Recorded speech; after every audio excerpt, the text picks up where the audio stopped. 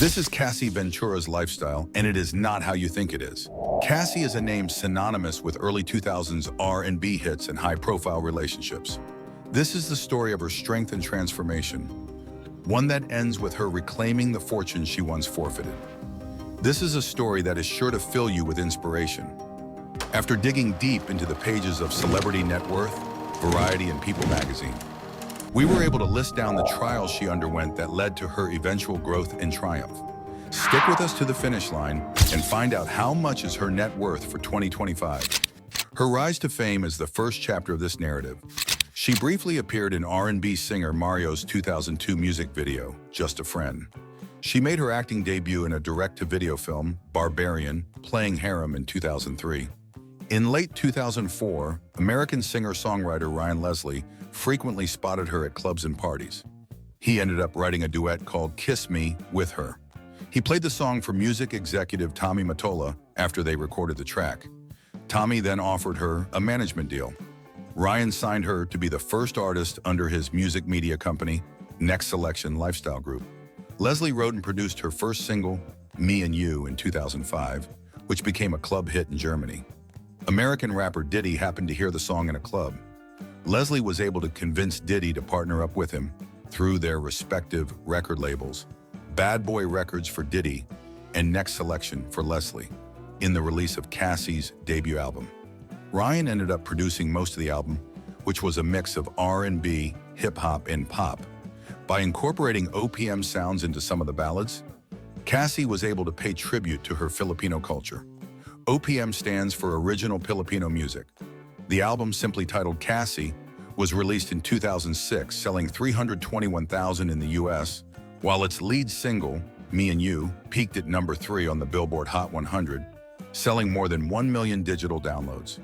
The single also secured the number 1 spot on the Billboard Hot R&B hip-hop chart.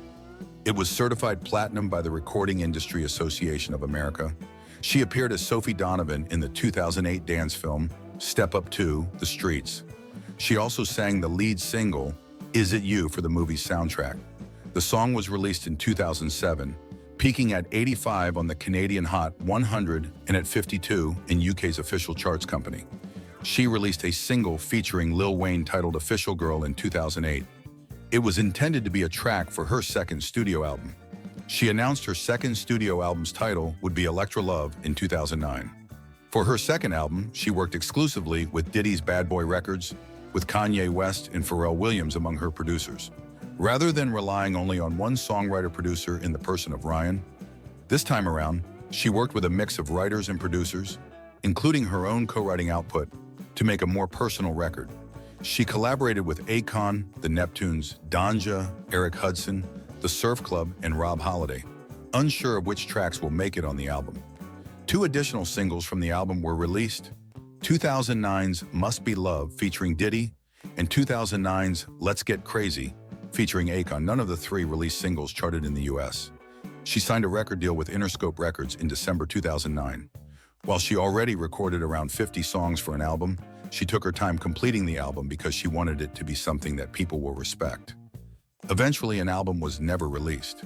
She appeared in rapper Wiz Khalifa's 2011 music video, Roll Up, as his love interest. She released the single, King of Hearts, in February 2012, along with its official music video in the US. She concluded her live performance of the song in BET's 106 & Park music video show with a brief dance number, along with 4 dancers, set to a Kanye West remix of the song. While it received mostly mixed to positive reviews from various online media outlets, she and 106 & Park became worldwide trending topics on Twitter.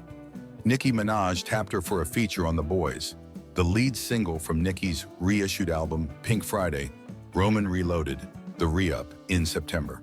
Also in September, her single Balcony, featuring Young Jeezy, was sent to urban radio stations in the US. In July 2012, she started work on a mixtape titled Rockabye Baby.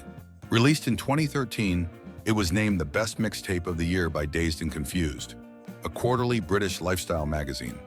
The mixtape saw the release of Numb, featuring American rapper Rick Ross, along its accompanying music video in Paradise, featuring rapper Wiz Khalifa alongside its video as well. Her then-boyfriend Diddy announced in 2015 that he would return to producing songs for her second studio album. She returned to acting in 2016, playing the lead role in the romantic comedy The Perfect Match, and as Malaya Martin in the direct-to-video American dance film Honey 3, Dare to Dance. She released 2 singles in late 2017, Love a Loser, featuring American rapper G-Eazy, and Don't Play It Safe. She appeared in 2 episodes of the 2018 American music drama television series Empire, where she enacted the role of Haven Quinn. Outside of music, she signed up with modeling agencies, Wilhelmina Models, and One Management. She became the face of Diddy's fashion line in 2007. She modeled for Calvin Klein and became the face of ASOS 2013 Forever 21 Spring Collection. ASOS is a British online fast fashion and cosmetic retailer. She has been featured in magazines including GQ, 17 and Bust, appeared in adverts for Delia's department store, Adidas, Abercrombie and Fitch, and starred in a commercial for Clean and Clear. One of her latest collaborations is with Kim Kardashian's undergarment line, Skims, in 2022. Cassie's popularity peaked in the mid-2000s, fueled by her breakout single, Me and You, which became a major hit, peaking at number 3 on the Billboard Hot 100. Her debut album, Cassie, helped cement her as a rising R&B and pop music star, despite its modest overall sales. Her income from her music career is augmented by her earnings as a model. As to how much her net income really is something you are about to find out soon enough. Keep on watching. Let us take a look at her life outside of the music spotlight. She met Diddy in 2005 when she was 19, a year before the release of her self-titled debut album under Diddy's label, Bad Boy Records. Their relationship started platonically. Rumors about her and Diddy surfaced in 2007, after they were frequently photographed together at events. It was around the same time that Diddy ended his on-off relationship with Kim Porter, the mother of 4 of his children. She was confused the first time kissed her while celebrating her 21st birthday in Las Vegas.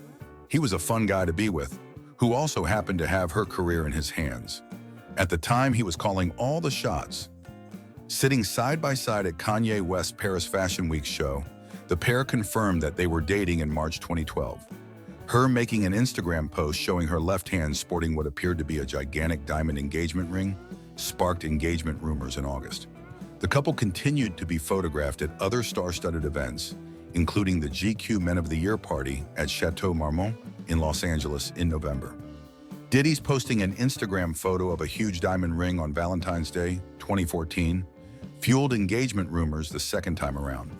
Media reported the 2 parted ways following a heated argument in Beverly Hills in 2016. However, US Weekly, in an exclusive report, announced that they had not split. Diddy hinted on wanting children with her in a January 2018 interview with the hosts of Power 105.1 FM's The Breakfast Club. Her publicist confirmed her split from Diddy in October 2018, stating that the couple were no longer together and haven't been for months. She filed her lawsuit on November 16, 2023, alleging that Diddy raped and abused her. The suit was filed under New York law's Adult Survivors Act, allowing people who say they were victims of sexual abuse to file civil suits. As to the timing of her legal move, coming years after she cut ties with Diddy personally and professionally, she said it was an opportunity to speak up about the trauma she has experienced. With the expiration of the Adult Survivors Act fast approaching, she claimed that she was subjected to physical abuse and degrading sexual encounters with male escorts while Diddy either watched or filmed them, which Diddy would refer to as freak-offs. She claimed that the escorts were paid thousands of dollars for the forced trysts. It was in the first years of their relationship that Diddy proposed the sexual encounter he referred to as voyeurism, where he would watch her in intercourse with another man. Diddy would direct every detail of the freak-off, which often followed a similar pattern. At times, Diddy would urinate on her or demand an escort to do so. Diddy was very involved in her physical appearance and had specific instructions for her clothing and nails during freak-offs. If he disapproved of her looks, he would have his staff take away her belongings. They used aliases when booking hotel rooms and escorts. Other times, Diddy's staff would do the arrangements. She was tasked with finding escorts based on his specific physical requirements. She had to make sure that the escort wasn't a cop. She further claimed that Diddy trafficked, raped, and viciously beat her starting in 2005 through 2018. She alleged that he was capable of mood swings and uncontrollable rage. When their arguments become violent, he would smash her in her hand, knock her over, drag her, kick her, stomp her in the head if she was down. His beating her was sometimes done in front of his staff and employees of Bad Boy Entertainment. She said that Diddy routinely plied her with drugs and alcohol before the sexual encounters while remaining insanely jealous. If she didn't answer his phone call, he would call her incessantly or send his staff out to find her. She further alleged that Diddy blew up rapper Kid Cudi's car when Kid Cudi expressed an interest in her. In response, Diddy denied her allegations, calling them baseless and outrageous lies. He also said she demanded $30 million to stop her from writing a threatening book about their relationship. As a counter, she said Diddy offered her an 8-figure sum to prevent her from filing her lawsuit. However, she decided to give a voice to all women who suffer in silence. Cassie reached a settlement with Diddy on November 17, 2023, the day after she filed her lawsuit. In 2024, a surveillance video dated March 5, 2016, showed Diddy chasing Ventura through the hallway of the Intercontinental Hotel in Century City, Los Angeles. It showed him dragging her on the carpet and repeatedly kicking her. He is then seen sitting in a chair, grabbing an object and throwing it at her.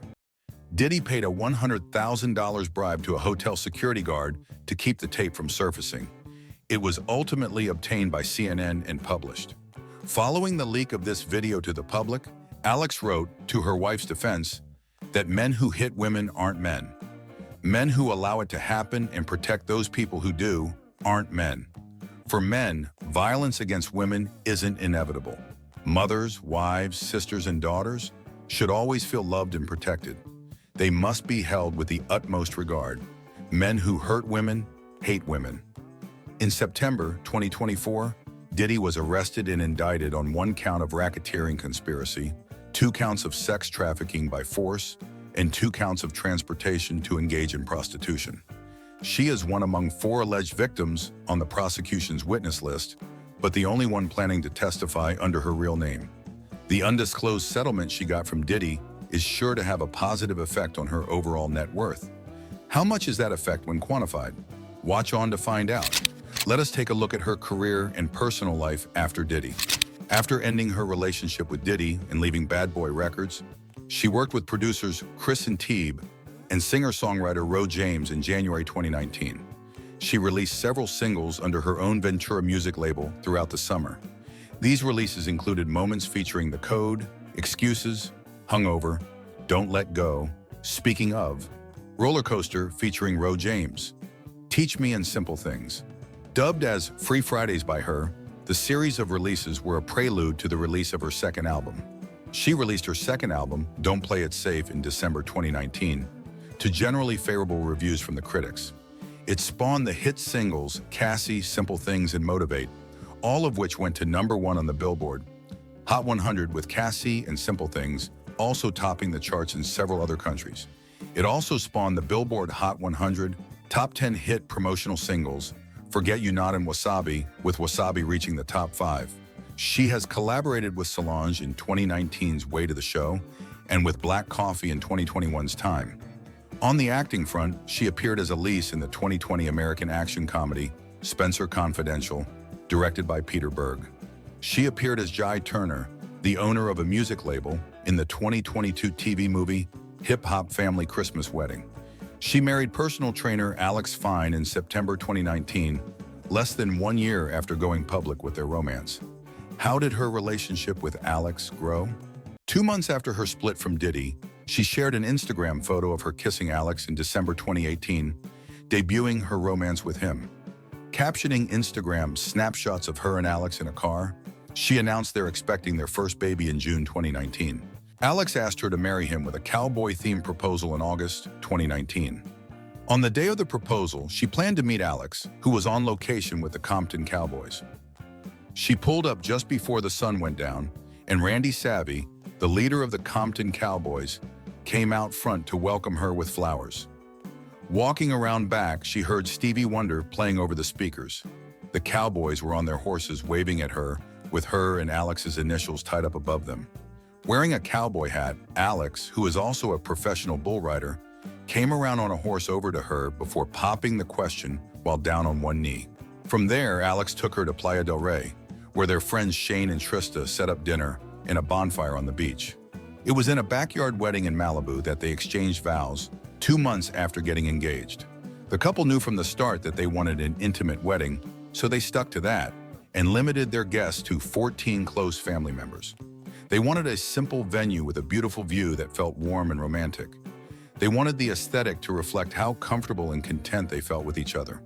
She worked with stylists and friends, Marnie Senofonte and Deontay Nash, to create a custom look with their tailor Arturo and his daughter Christina from Rancho Tailors. They settled on a silhouette and fabrication. They did billowy off-the-shoulder sleeves for romance and a high slit for movement. They chose a lace veil to give the ensemble a touch of the classic. She then paired it all with Jimmy Choo shoes and simple studs. Meanwhile, Alex wore Musica, styled by Paris Libby, while all the male guests were in black tuxes and the women wore cream. The ceremony was performed by close friend and director Peter Berg, the man behind the hit series Friday Night Lights. Walking down the aisle to Kina Grannis singing Can't Help Falling in Love, the bride carried a bouquet with both of her grandmother's rings tied into it. The couple wrote their own vows, reciting them while standing in a lush floral semicircle lined with candles. As the sun set on Malibu. At the reception, wedding planner Melissa Andre designed a centerpiece with hundreds of candles melting into one another, situated atop the long dining table. She strung gorgeous lights between the trees, with the goal of having the venue feeling like a hidden oasis. The newlyweds did their first dance to the tune of Tennessee Whiskey.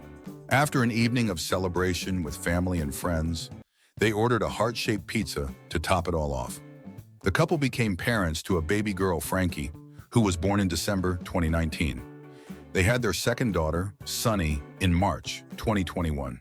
She has been using social media to document her romance with Alex, as well as their life as a family of 4. Several months after the settlement of her lawsuit against Diddy, they celebrated Alex's 31st birthday. A few months prior, she celebrated a different life milestone, their 4th wedding anniversary in August 2023. She frequently praises Alex's parenting skills, sharing peeks into his girl dad duties, including everything from princess dress-up sessions and Spice Girls dance parties to skating lessons and tropical family vacations. On Mother's Day 2024, Alex declared her to be the best mama to their 2 little babies. After marking Father's Day, she took a long break from social media before revealing in February 2025 that she was expecting their 3rd child. She has been slowly easing back into the public eye by accompanying Alex in the March 27 London premiere and March 31st New York premiere of Mobland, where Alex is starring. Cassie's life and career have undergone a significant transformation since her separation from Diddy. She took control of her music career through the launching of her own independent label, Ventura Music. She found personal happiness in her marriage to Alex Fine. With her life and career finally on the right track, it's time to see how much her net worth is. Continue watching and find out. This is how much she is worth in 2025. Her net worth is estimated to be between $4 million to $10 million, while her husband, Alex's net worth is set somewhere between $2 million to $4 million. A significant chunk of her net worth is attributable to an undisclosed settlement with Diddy in 2023, reported to be in the 8-figure range, to close out the lawsuit she brought against him. After Me and You blasted every speaker back in the day, she dove into modeling, acting, and brand endorsements, turning her popularity into a steady cash flow. With millions of followers on social media platforms, she nailed the art of influencer marketing, landing lucrative partnerships along the way. She is set to appear as the Flapper Girl 2 in an adventure mystery comedy film, The Lemonade Files, an untold story of the missing shoes. On the other hand, Alex is a prominent figure in the fitness industry, known for his exceptional skills as a personal trainer. His initial foray into personal training involved working with clients across a variety of backgrounds. His transition to celebrity training was what catapulted him into the limelight. He created Alex Fine Performance in 2015, a brand synonymous with high-intensity workouts tailored for high-profile clients. His celebrity clientele included notable figures, including Odell Beckham Jr., KJ Apa, and Jennifer Aniston. Each client provided him with the necessary exposure he needed and validated the quality of training he offered. He achieved a major milestone in his career by launching his own fitness and wellness brand, Complete Human, in 2020. The venture focuses on holistic health and wellness, with the aim of integrating physical and mental fitness.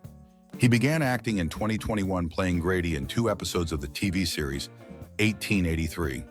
He followed this up with the role of Travis in 2023's The Resurrection of Charlie Manson. 2025 saw him in 6 episodes of the American Primeval series as Gant, and in 3 episodes of the Mobland series as Donnie.